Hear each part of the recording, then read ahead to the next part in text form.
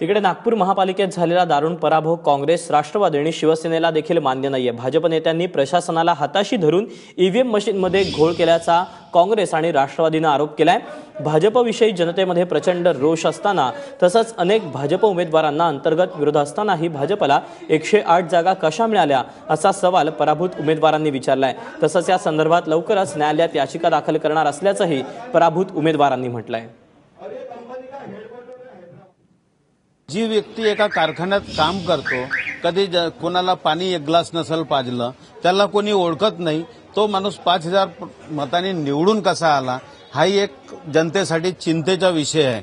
आणि ह्या विषयात एक मतदार त्यांच्यातर्फे स्वतंत्र नागपुरात जनहित याचिका टाकणार आहेत आणि त्या याचिकेतून उमेदवार दुसऱ्या आपल्या टाकतील किंवा पहिल्यांदा मी इतिहासाच्या घटनेत पाहतो आहे जनता सुद्धा उमेदवारासोबत ह्या लढाईत लढा द्यायला तयार आहे। लोकांमध्ये नागपूर शहरामध्ये काँग्रेसचा न शिवसेना अजून मुस्लिम लीग यामध्ये चांगला प्रतिसाद होता।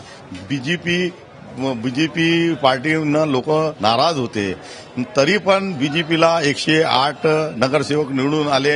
यांचा मतलब बीजेपीचे लोकांना चुनाव आयोग संघ केलेला मोठा भ्रष्टाचार व घोळ होता हे स्पष्ट झाले।